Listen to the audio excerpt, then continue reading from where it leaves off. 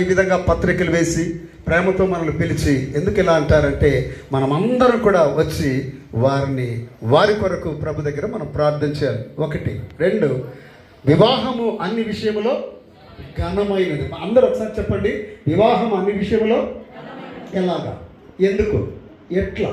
దయచేసి మీరు మాట్లాడితే అర్థం కాదు. 3 కార్యాలు చెప్పి నేను ముగిస్తాను. నెంబర్ 1 నిలువ, 2 గెలువ, 3 విలువ. ఈ 3 కార్యాలు ఎప్పుడు వస్తుందంటే దయచేసి గమనించండి.